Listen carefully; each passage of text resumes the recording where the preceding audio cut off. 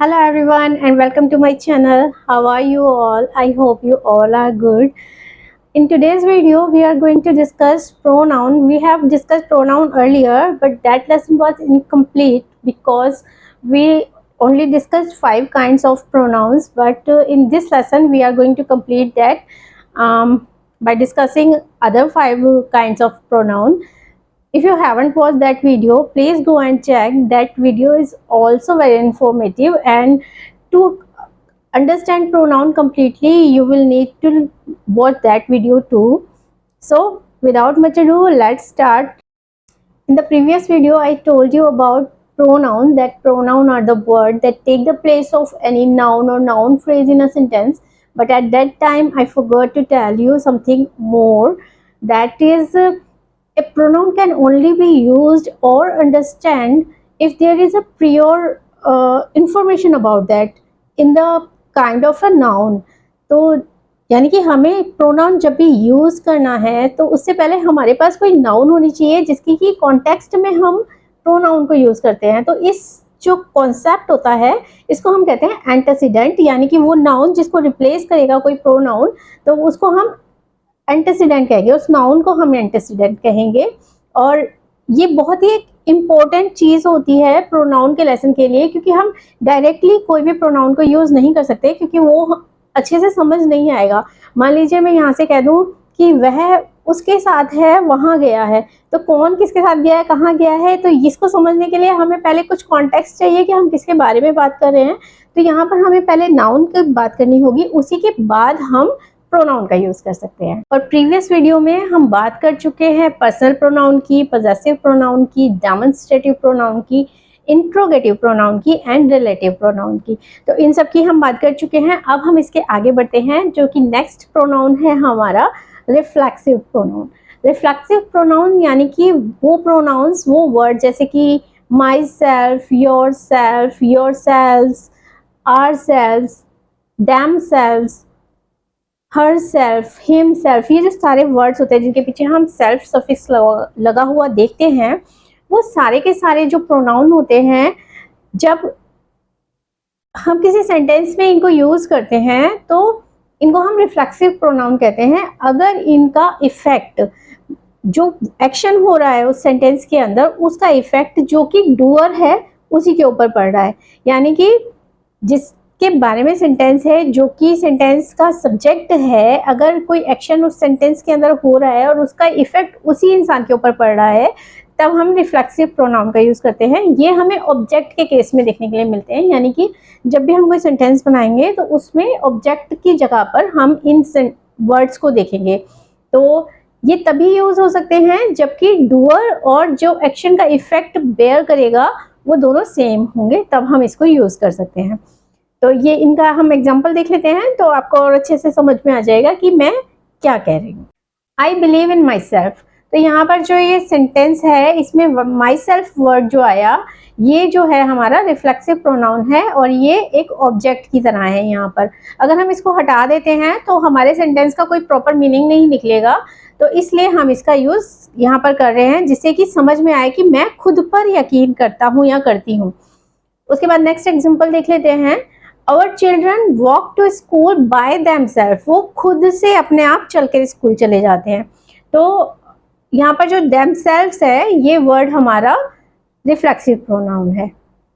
तो ये जो रिफ्लेक्सिव प्रोनाउंस होते हैं इनके साथ हमें सेल्फ या फिर सेल्फ्स वर्ड देखने के लिए मिलेगा, उसके साथ जुड़ा होगा सफिक्स की तरह से, तो हम इनको इस तरीके से पहचान सकते हैं। उसके बाद जो नेक्स्ट काइंड आता है वो है हमारा एम्पैथिक प्रोनाउंस। एम्पैथिक प्रोनाउंस यानी कि उसमें भी यही सारे वर्ड्स होते हैं बट इनकी प्लेसिंग बिल्कुल डिफरेंट होती है। जैसे कि हम जब एम्पैथिक प्रोनाउन की बात करते हैं तो इसमें जो ये सेल्फ वाले वर्ड्स होते हैं ये सारे के सारे हमेशा हमें सब्जेक्ट के जस्ट आफ्टर मिलेंगे, यानी कि जो भी हमारा नाउन या प्रोनाउन सब्जेक्ट है उसके जस्ट बाद में हमें इनकी प्लेसिंग मिलेगी। और ये काम करते हैं एम्फेसिस देने का, यानी कि कोई चीज़ को कोई जोर देकर बता रहा है कि हाँ ये काम मैंने ही किया है। तो जैसे कि एग्जांपल देख लेते हैं। आई माई सेल्फ डिड इट, मैंने ये खुद से किया, तो इसमें मैंने खुद ये किया, तो आई माई सेल्फ डिड इट, जोर देकर कहा जा रहा है, तो यहाँ पर इसको हम एम्पैथिक केस मानेंगे इसका। Next example, he himself was present there, वो वहां पर खुद ही था। The building itself fall down, यहाँ पे द बिल्डिंग जो है हमारा यहाँ पे नाउन की तरह से आया है, यहाँ पे प्रोनाउन का यूज नहीं है, यहाँ पे नाउन है और उसके जस्ट बाद में हमने देखा तो इटसेल्फ लिखा हुआ है, क्योंकि कोई भी अगर एनिमल होगा या फिर कोई थिंग होगी तो हम उसके लिए इटसेल्फ का यूज करेंगे। ऑलराइट, तो इन दोनों के बीच में यही डिफरेंस है कि जब भी हमें रिफ्लेक्सिव देखने को मिलेगा तो वो ऑब्जेक्टिव केस में मिलेगा, और अगर हम उसको हटा देंगे तो सेंटेंस का मीनिंग प्रॉपर तरीके से हमें समझ में नहीं आएगा। लेकिन अगर एम्पैथिक है तो अगर हम इसको हटा भी देते हैं तो भी हमें बहुत ज़्यादा इसमें फ़र्क देखने के लिए नहीं मिलेगा, सेंटेंस का मीनिंग हमारे पास कन्वे हो जाएगा। लेकिन हाँ, ये तब हमें नज़र आएंगे बिल्कुल ही जो सब्जेक्ट होगा उसी के बिल्कुल जस्ट बाद में आएंगे, तो इस तरीके से हम इनको पहचान सकते हैं। ऑलराइट, तो नेक्स्ट प्रोनाउन है हमारा इंडेफिनिट प्रोनाउन। इंडेफिनिट प्रोनाउन यानी कि वो प्रोनाउन जिसमें कि हम स्पेसिफिकली किसी को रेफर नहीं कर रहे हैं, हमें नहीं पता है कि हम किसके बारे में उसको यूज़ कर रहे हैं, मतलब जो भी वर्ड्स हम इसमें यूज़ करते हैं वो किसी के लिए स्पेसिफिकली नहीं होते, इन अ जनरल वे हम बोल देते हैं, जैसे कि नोबडी, नो वन, सेवरल, सम, इस टाइप के जो वर्ड्स होते हैं उनको हम इसके अंदर यूज़ करते हैं। तो एग्जाम्पल देख लेते हैं। No one is perfect, so become no one to attain perfection, sorry for the PJ, actually यहाँ पे मैं ये बताना चाहती हूँ कि no one, कोई भी परफेक्ट नहीं होता, तो यहाँ पे जो कोई वर्ड आया वो हमारा indefinite pronoun है। उसके बाद next example, the witness saw somebody sneaking around, witness ने देखा किसी को, तो यहाँ पे किसी, लेकिन किसको देखा वो हमें क्लियर नहीं हो रहा है यहाँ पे, तो somebody को देखा, उसने किसी को देखा, लेकिन किसको देखा ये उसको पर्टिकुलर नहीं पता, तो स्पेसिफिकली नहीं कह सकते कि कौन था, लेकिन कोई तो था। We tried everything but nothing worked, हमने सब कुछ किया। अब सब कुछ में कुछ भी हो सकता है, तो हम पर्टिकुलर स्पेसिफिकली किसी चीज़ को नहीं कह रहे, लेकिन हमने सब कुछ ट्राई किया, तो उसमें बहुत सारी चीज़ें एक साथ इंक्लूड हो गई, तो हमने सबको अलग अलग नाम लेने की बजाय एक ही बार में बोल दिया कि सब कुछ ट्राई किया। तो इस तरीके से जो होता है वो, जो ये वाले प्रोनाउंस होते हैं इनका मतलब होता है इंडेफिनिट, यानी कि डेफिनेटली किसी के लिए नहीं बोले जा रहे, इनडेफिनिट है। ओके, नेक्स्ट देखते हैं। नेक्स्ट प्रोनाउन है हमारा रेसिप्रोकल प्रोनाउन। रेसिप्रोकल प्रोनाउन का मतलब होता है कि इसमें हमें एक म्यूचुअल एक्शन देखने को मिलता है। म्यूचुअल एक्शन जिसका मतलब कि मैं अगर आपको समझाऊं तो इसका मतलब होता है कि जैसा व्यवहार मैंने किया उसी के जैसा व्यवहार आपने मेरे साथ किया, यानी कि जो चीज़ एक इंसान कर रहा है सेंटेंस के अंदर वही चीज़ दूसरा भी उसके साथ कर रहा है।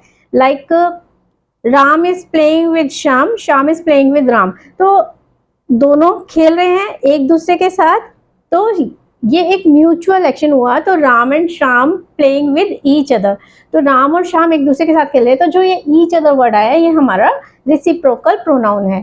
तो हमारे पास इसमें दो वर्ड्स होते हैं, एक होता है ईच अदर और एक होता है वन अनदर। तो ये दोनों वर्ड्स हमारे इसके अंदर आएंगे जो कि रेसिप्रोकल प्रोनाउन में आते हैं।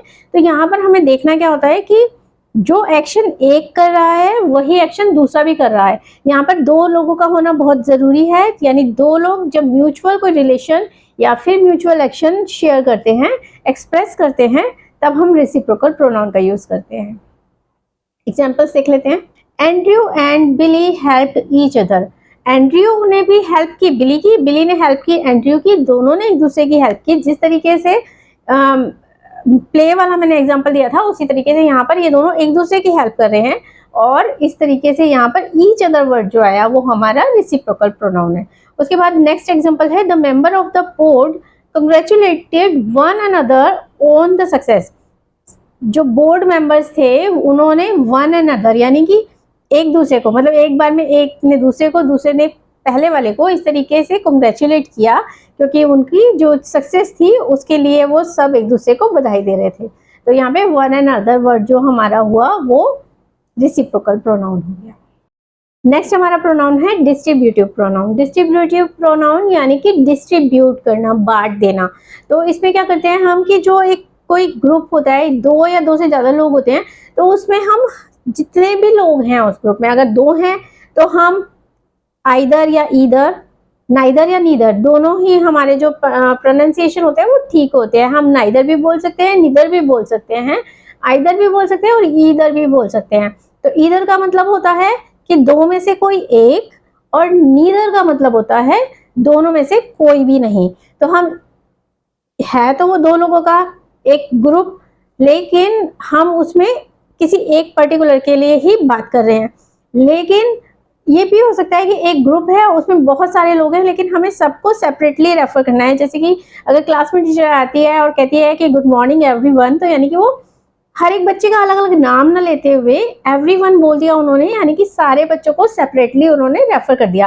तो ये जो इस तरह के वर्ड होते हैं, इनको हम कहते हैं डिस्ट्रीब्यूटिव प्रोनाउन, यानी कि हमने बात तो एक ही बार कही लेकिन उसको डिस्ट्रीब्यूट कर दिया सभी के बीच में। अंडरस्टैंड? तो इसके एग्जांपल्स देख लेते हैं तो अच्छे से समझ में आ जाएगा। तो एग्जांपल्स हैं, each of the student must carry their identity card. तो जहाँ पर जो ईच वर्ड आया यहाँ पर, उसके हमने रेफर कर दिया कि जितने भी स्टूडेंट हो, चाहे वो नंबर में 2 हो, चाहे वो नंबर में 100 हो, लेकिन सभी को अपना आइडेंटिटी कार्ड लेकर आना है। तो ईच वर्ड जो है यहाँ पर यही काम कर रहा है, ताकि वो बता रहा है कि ग्रुप में चाहे कितने भी लोग हों, लेकिन सबको सेपरेटली रेफर किया गया है।